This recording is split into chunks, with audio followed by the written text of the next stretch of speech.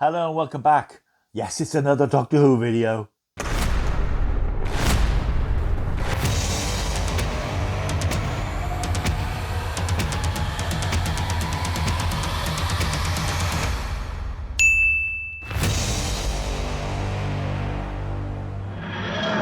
Hello, welcome back to my world of stuff. My name is Paul Mount. You're very welcome to my world of stuff. If you're new here, if you're attracted by Doctor Who content that doesn't bang on about Russell T Davies and Ncuti Gatwa and all that sort of stuff, that looks quietly back at a feature of classic Doctor Who, then why not stick around, subscribe to the channel. You can do that by clicking that.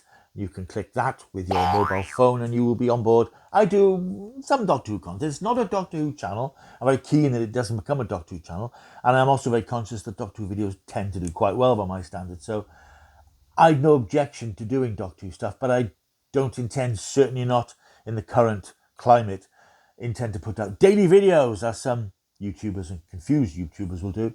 News, rumour, they crawl around the internet looking for the most absurd rumours and lies and stories about Doctor Who and then throw it out as hot news from Doctor Who. I don't want to do any of that. If there's news on Doctor Who that's interesting enough, I'll do a video. If there's something that I can combine with other bits of Doctor Who stuff, I'll do an episode of News from the Universe. At the moment, Doctor Who we know is coming back at the end of next year for a special written by Russell T Davies. There are all sorts of rumours about what's going to happen later on, but I don't want to talk about rumours. I want to deal in facts. What I'm doing today then is something which one of my lovely subscribers I mentioned a few weeks ago, and I've tried to find out the name of that subscriber, but I do get quite a lot of comments these days and I couldn't find it. So thank you to the person who did suggest this idea for a video. It's a really nice idea because it's hopefully non-contentious. It's hopefully not going to be filled with "it's shit" type comments. I did get one or two of those after my last video. Despite saying don't post those comments, one or two did creep in, but of course I deleted them immediately. Today I'm going to talk about the Doctor's companions, and in some ways these are characters who have, I was going to say they're as important as the Doctor, but they're not, or they shouldn't be. But I do think that over the more recent years there's been a tendency for the Doctor's companions to overshadow the Doctor a little bit, because the writers have felt the need to create mysteries around the characters. The Impossible Girl. More recently, we had the mystery of Ruby Sunday as a foundling, and what's the secret of her mother. And again, in the last series, the character of Belinda, who couldn't be taken back to her proper time and space because something had happened, and what was the history, what was her background, all this sort of stuff muddies the waters a bit, because I do think that it's a fine line creating a good Doctor Who companion character, because by necessity, this was often the case in the 60s and 70s, the female characters, and they were largely female characters, were there as mouthpieces for the audience. They were there to say, what is it, Doctor? What does that mean? I'm scared. What's that thing? What's going on? What does that do? What happens if I press that button? That was the traditional role of the companion. And I think it's quite right that when the show came back in 2005, that idea was refined a little bit and the companions were made to be characters in their own right. And I think that's what we had with Russell T Davies' companion characters, Rose, Martha and Donna. They were characters who were strong females, but they didn't have some great cosmic mystery. They weren't relevant to the Doctor's history. They didn't have great puzzle boxes that had to be opened up and explored, because they were just there, and they were interesting characters played by great actors, and they built those characters from scripts that gave them things to do. Well, it wasn't always the case, as I said, in the 60s. Certainly after the initial characters, we had Ian and Barbara and Susan. Later on, though, they would just cast girls who were screamers, and certainly in the 80s, even into the 80s, that continued. That characters like Perry and Mel were just there to scream at the monsters and get into trouble and ask those questions. It was a retrograde step after we'd had characters like Sarah Jane Smith, who was an independent, free-thinking journalist, and Leela, who was this savage warrior who had her own tribal code. These were interesting characters who did more than just scream, and the show then drifted back into that sort of idea of the screaming dependent females. Although I think when Ace came in towards the end of the series, although I don't think it was a hugely successful character at that point, it was an attempt to move it away by giving her some agency of her own. So what I'm going to do in this video, having gone through all that waffle, is just to talk through my favourite companion characters, the ones which I find most memorable, most enjoyable to watch. And there are so many of them. There are dozens of Doctor Who companions. And some of them are really very good. A lot of the 60s companions are very well presented. And even in the 70s, characters like Romana I really enjoyed. I think we got into sticky areas in the 1980s with characters like Tegan and Nyssa, and particularly Adric, Turlo. I don't think they were as successful as some of the characters we had in the 60s and 70s. And there have been issues, as I've mentioned, in relation to Clara and so on in more recent series that skew the focus too much on them rather than the Doctor, because the companion can offer something to the Doctor, but it doesn't have to dominate the Doctor. They have their own agendas and their own storylines within stories, and you get to know more about them through the experiences that they share with the Doctor. So my top 5, starting then at number 5. Number 5, I'm going to go with Jamie McCrimmon, played by Fraser Hines. When I think of 1960s Doctor Who, in a casual way, an image that comes into my head is almost always Patrick Troughton's Doctor and Jamie with Victoria or Zoe, because I think that's the time when I became more of a regular Doctor Who viewer. I've spoken in other videos about watching William Hartnell and remembering watching the Daleks and certain things, and the image of Patrick Troughton, particularly with Jamie, is such a strong visual reference point. It sums up the 60s, and I'm using Jamie to sum up the 60s. In many ways, he encapsulates everything from all those companions. And we started off with Susan, Barbara and Ian, and I did think about sort of combining Ian and Barbara into one amorphous companion, but I decided that, no, Jamie for me, alongside Patrick Troughton, for almost his entire run, is as much a part of the 60s as anything else that you could associate with Doctor Who, because Jamie was always there by the Doctor's side. He first appeared in The Highlanders, Patrick's second story. He wasn't intended to stay on, but the character was very popular. The production crew liked him, the cast liked him, Patrick Troughton presumably liked him, and it was decided at the last minute to bring him on board the TARDIS. They had to go back and reshoot the end of the serial to show him getting on board the TARDIS. There were issues with his first few stories because he was a new character. He didn't have a lot to do in his first couple of stories. I think the next story was the Moon Base. I think he was knocked out at some point, and he was often given dialogue that was meant for Ben, played by Michael Craze, who was there. I think at that point there were 3 companions in the TARDIS. And as we've seen in recent Doctor Who, that's a little bit hard to juggle and give all those characters something to do. But throughout all that, Jamie always came across as the stronger character, because it's the idea of the fish out of water, somebody from a period in history who's dropped into a space and time machine and then has to come to grips with all the weirdness of outer space and the future and all the modern world trappings that we're familiar with, a character from Jamie's era wasn't familiar with. And that came into play quite a bit at first, but I think Jamie bedded down a little bit into being the Doctor's right-hand man, the Doctor's sidekick.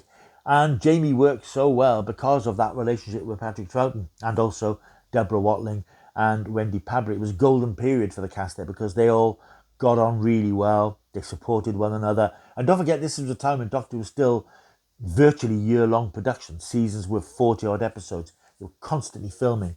And there was a very short lead-in time. They would be recording an episode, filming for another episode, and these things are on TV in the space of a few weeks. It's not like these days where you have massive lead-ins to seasons completed in full and shown months later. This was very much boom, boom, boom, film, get on to the next one, boom, boom, boom. So you need a cast that gelled and was sympathetic to one another and supported one another. And I always got the impression with Fraser Hines and Patrick Troughton that they were like that. They really clicked and were simpatico and worked so well together. So Jamie, for me, sums up the whole of the 60s. He represents the 60s, not disregarding the good work done by the early characters and even some of the later ones. I think perhaps characters like Dodo and Vicky didn't shine in the same way as those early characters because it's always hard to replace the ones who were there at the beginning. And Doctor Who did it as well as it could, but there were certain ones that just didn't quite connect in the same way. But when Jamie came on board, there was a magic and a magnetism that made that era, for all its sort of ups and downs, certainly in the last Patrick Troughton series, that Jamie was always there.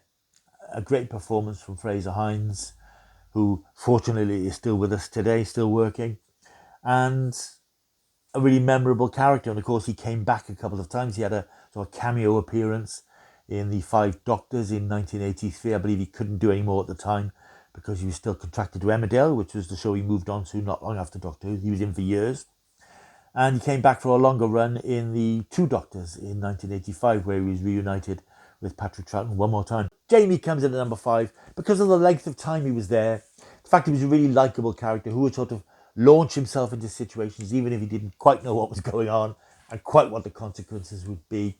He was the muscle that I think Patrick Troughton's more elfin Doctor needed to sort of get the action sequences and stuff going. He was often involved in fights and scuffles and climbing around and jumping about.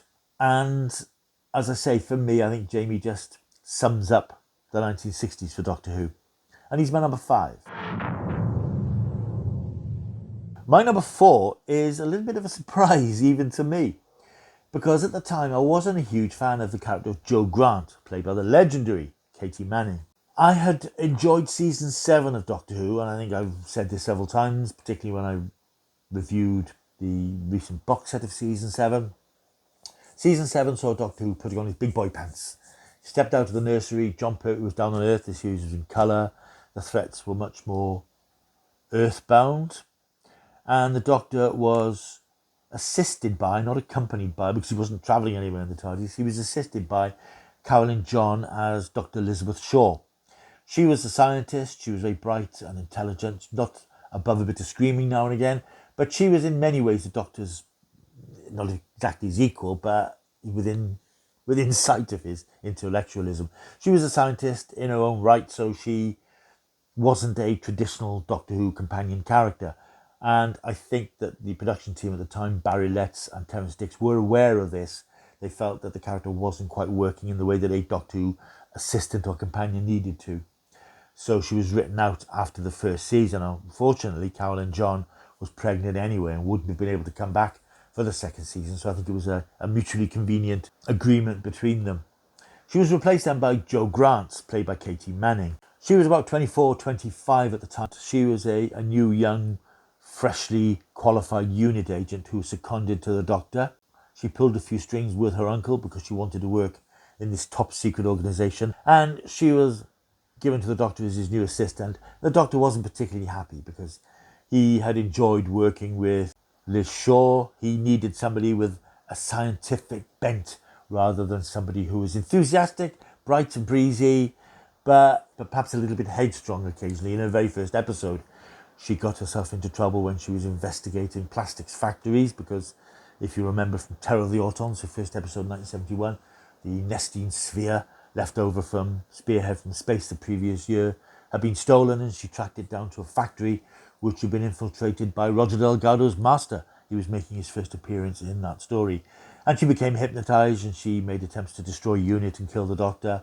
So they didn't get off on the best footing. And I think as a viewer, I had enjoyed season 7 with that more adult dynamic. And even at that age, I was conscious of the fact that season 8 wasn't quite the same. It looked different. It was a bit more in the tradition of older Doctor, I suppose. And I felt that Jo Grant was a backward step.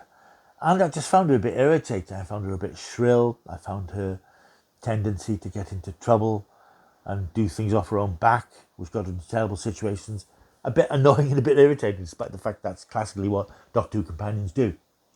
So I found her a little bit wearing, a little bit exhausting. But in retrospect, it's funny again, in retrospect, watching her episode years later, I can appreciate how good she was. You can see that electric connection between her and John Pertwee. They work so well together. She's clearly much more the type of companion that he wanted, because John Pertwee always used to say his idea for the Doctor, which probably sounds a bit archaic today, was of this character with his cloak, like a mother hen, enveloping his companions and protecting them. That sort of old-fashioned hero figure that we're not allowed to have these days. And I can see that that works really well now. You can see the bond between the two and how well they get on together and how close they become. And you see it especially in her final story, The Green Death, where the fledgling flies the coop, when Jo falls in love with, as she says in the story, somebody who reminds her of a younger you, referring to the Doctor, an impulsive, ambitious scientist. And you can see how the Doctor has influenced her across the series. Even though the series wasn't made that way, it was very much making a story, making another story. But you can see the development of Jo as a character. If you watch her first episodes and her last episodes, you can see how the character has matured, probably reflecting the maturity of the actress and her performance with Jon Pertwee. And I can watch any Pertwee story at any time anyway, because they're terrific entertainment. But you can really see how good that she was with Jon Pertwee and how she was the perfect companion for him across those 3 seasons. That's Joe Grant coming at number 4. In third place, we've got Rose Tyler, played by Billie Piper. Rose was the title of the very first episode of the resurrection of Doctor Who back in 2005. And I can remember at the time all the doubts and apprehensions that fans had. They've cast a pop star. Why have they cast a pop star in Doctor Who? Doctor Who is doomed. Russell T Davies must go. All that sort of stuff. It started with the casting of Billie Piper. But the production crew of Doctor Who, the production team, knew what Billie Piper was capable of. Presumably she gave a fantastic audition. There was this chemistry with Christopher Eccleston, which must have worked. And she was already building up her reputation. She'd given up her pop career. She was starting to act, which is what she really wanted to do. And I know that she'd particularly impressed people in an episode of the BBC sort of anthology drama type thing, Canterbury Tales. And it was a real coup in the end for Doctor Who to get this rising star. And she was terrific. She was a young girl of the 21st century. I think you watch it now, it might actually seem a little bit dated. This girl who lives in a council flat with her mother, and she has a boyfriend, and she's got a job that she's disillusioned with. She's described, in fact, in the first episode of the second new Doctor Who series, New Earth, when Cassandra takes over her body, she describes her as a chav, and I think that's a word you don't hear so much these days. I suppose Rose might have appeared like that. She was this council estate girl who dreamt of something better. She dreamt of something more. You had those very nice introductory scenes in Rose where she's doing her job, but her heart's not in it. She's looking wistfully into the distance. She wants a bit more. And then she meets up with the Doctor, played by Christopher Eccleston, and it all kicks off. It's a really good character, and you sort of realise that you couldn't have had a better companion for the show at that time, because she was also the mouthpiece for the audience. She introduced us to the Doctor and the TARDIS and what was going on, the situation, who he is. But she did it in a way that was grounded and realistic, because you saw her background. You saw her mother living in this rather dismal looking flat. And you got the impression about her life, and you felt that this girl deserved better. And it was all done thanks to a stunning performance from Billie Piper and the great charisma that there was between her and Christopher Eccleston, despite the fact that they were of a slightly different age group. Billie Piper at the time was about 22, I think, when they filmed these episodes. She was playing an 18-year-old girl. But Billie Piper herself was quite worldly wise. At the time she was married to the Hellraiser Chris Evans, and they had quite an extraordinary life together before they started filming Doctor Who. So although she was playing this rather naive but gutsy teenager, Billie Piper had seen and done it all by this point. And I think she brought elements of that into her relationship with the Doctor and the adventures that they had. And she wasn't above manipulating the Doctor either. As soon as she discovered that he had a time machine, as it suggested in episode 8, Father's Day, perhaps it was in her mind already that they could go back and do something to save her father, who had been killed when she was a baby. The dynamic changed in season 2 when David Tennant took over. And I think it was a better fit because you could believe in a relationship between them, that they did care a lot for each other, that she loved him. He probably loved her, although he could never quite bring himself to say it. And there was, I think, a certain element of get a room about it, because they were very cloying and very cocky. And that is something that played out across the series as they became more and more convinced of their own indestructibility, and the fact that Rose imagined that living and travelling with the Doctor forever. But the Doctor, as he referenced in School Reunion, the 3rd episode, you can spend your life with me, but I can't spend my life to you because I will go on regenerating. But there was that sense that these two were just freewheeling their way across time and space, having a laugh. And of course, that all came crashing down upon their heads at the end of season 2. So that's Billie Piper, who comes in 3rd in my rankings of Doctor Who companions. Second place, it's that super temp from Chiswick, Donna Noble, played by Catherine Tate. This was an interesting choice, and she became a companion by accident in a way. As you probably know, Catherine Tate was well established when she appeared in Doctor Who as a comedian. She had her own comedy show, sketch show. She created these characters that became part of British culture in a way, with catchphrases and so on. And she joined Doctor Who for the Christmas special in 2006, The Runaway Bride, which was a knockabout romp. It reminds me of something like What's Up, Doc, with the Doctor and Donna meeting up when she finds herself aboard the TARDIS. She's in a wedding dress throughout the story, and it's all connected with a plot by a giant spider creature. But it is very much a rattling slapstick yarn. And at the end of the story, the Doctor invites Donna to join him, but she won't do it because his life is terrifying, and she wants to find herself and have her own adventures, but she doesn't want part of the Doctor's world. Then she returned in season 4, and that again was purely fortuitous because they were casting about for a new companion character. Russell T Davies had come up with a character called Penny Carter, who actually appears in the first episode of season 4 as a journalist. But then somebody decided, I think it was Julie Gardner, said, well, why don't we bring back Donna, Catherine Tate's character? Catherine Tate jumped at the opportunity because she'd enjoyed working on The Runaway Bride. And this fantastic dynamic came across in season 4 because we'd had 2 seasons of the Doctor as a romantic hero. And we'd had season 3 with Freema Agyeman's very underrated Martha. She was attracted to the Doctor, but because of what had happened with Rose, he kept her at arm's length, and it wasn't that sort of relationship. But with Donna, it was a different thing. It was they were mates, they were friends. She now jumped at the chance to travel with the Doctor. She discovered that having adventures on Earth probably wasn't as exciting as she'd hoped. So when at the end of Partners in Crime, the terrific opener for season 4, she was offered the chance again to join the Doctor, she jumped at it, and it was made very clear that they are just mates. And there was a sort of a running gag throughout the season where characters would assume that they were a couple, and the Doctor and Donna would very quickly and forcefully point out, no, we're not a couple, we're not together. And it worked really well because Donna on Earth had a fairly shallow existence. She was a secretary working in a series of dead-end sort of jobs. Her relationship with Lance had gone horribly wrong in the Christmas special, The Runaway Bride, and she wanted something more, and travelling with the Doctor gave her that. They became partners in crime. That was, in some ways, that's an overarching theme for the whole of season 4. Having great adventures together, getting into incredible danger, meeting incredible creatures, and the ultimate tragedy at the end of the season where she absorbs the power of the TARDIS, and to save her life, the Doctor has to wipe her memory clean of any knowledge of the Doctor that she ever had. And that was tragic, classically tragic ending, with the Doctor on his own again with his best friend who can't remember him anymore. It was a great performance from Catherine Tate. She and David Tennant, they've worked a lot together ever since because they had a fantastic comedic relationship, but comedic and dramatic. But they really bantered well together, and her performance worked because I think she didn't know a lot about Doctor Who. She was just playing this part without the crushing weight of 50 odd years of Doctor Who hanging heavy around her. She just played this part, she had fun, she didn't really understand the mechanics of Doctor Who, but the relationship with David Tennant's Doctor was just so different to the previous ones, and so very cleverly different. They explored the idea of the companion of the Doctor having a relationship.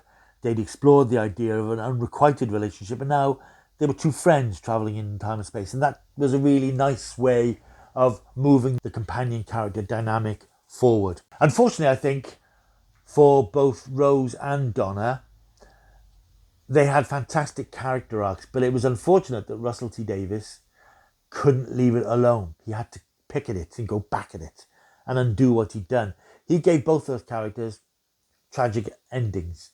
Rose and the Doctor separated across universes, unable to meet again. Donna with her memory wiped clean. But unfortunately in season 4, Russell had to go back to it, and he reopened those wounds so that Rose had a happier ending with a different version of the Doctor who had been spawned in the season finale. And whilst that had a romantic circularity to it, it sort of felt like a shame to have delivered this bittersweet ending, and then actually it's not that bad because she does get a Doctor in the end. And I do think that Russell can't help doing that sometimes. He did the same then with Donna when he'd wiped her mind. But then when David Tennant came back as the 14th Doctor a few years ago for the 60th anniversary specials, he conspired a way to undo that so that she did have her memories back and she travelled with the Doctor again for a while.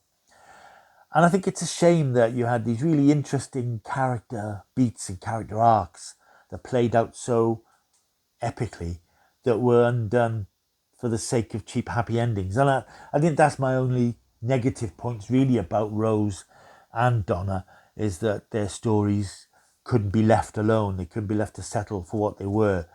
They were unravelled and made lesser because of it. But that is the way of things, unfortunately, and I think that's possibly an issue in relation to Russell T Davies, who couldn't stop playing with certain toys. So that's Donna at number 2. Number 1,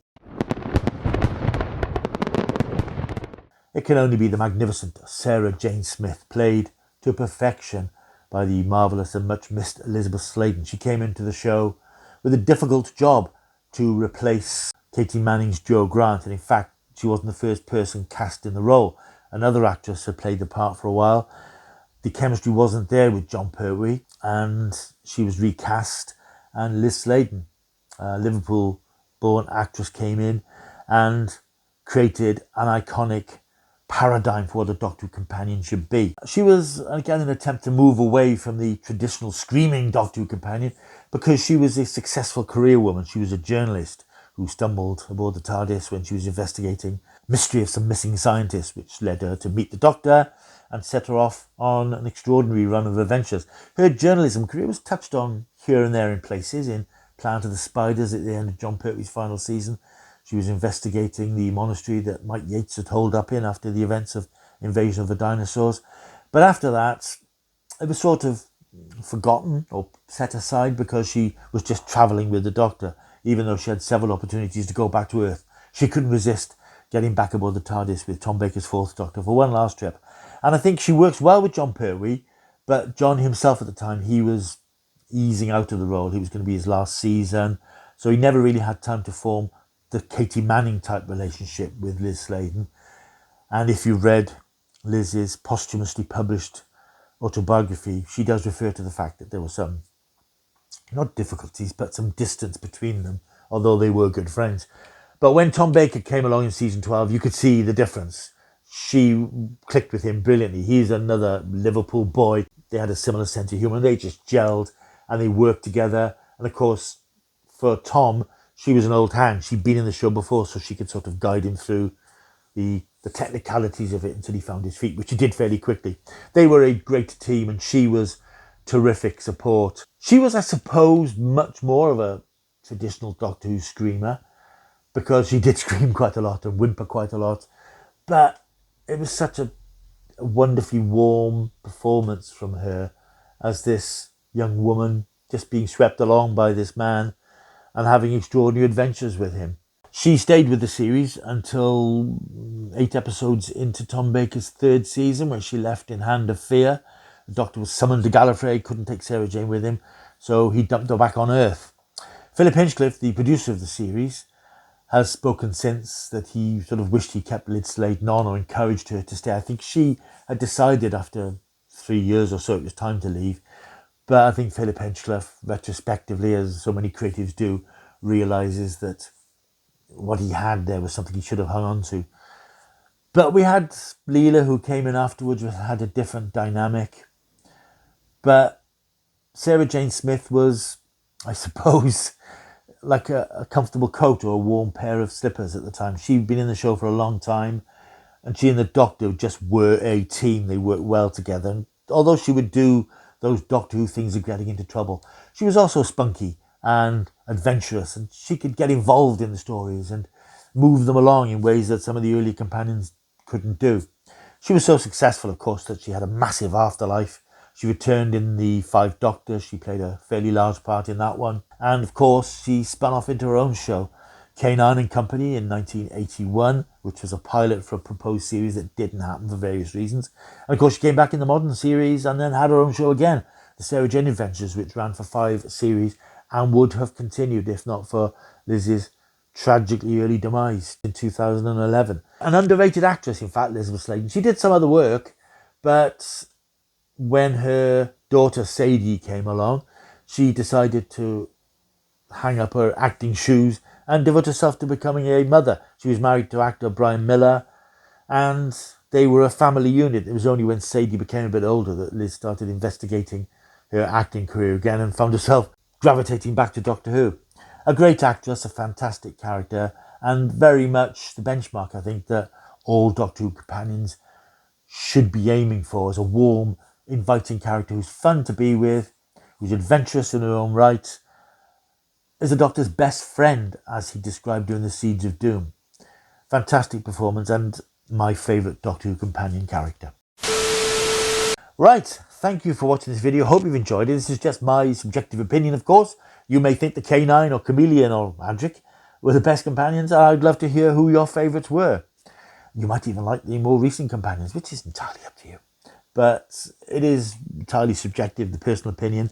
And as somebody who's watched Doctor Who for umpteen years, these are the ones who I think, for me, sum up what the companion character can and should offer to the series, particularly when you've got a lead character who is so huge and so dominating.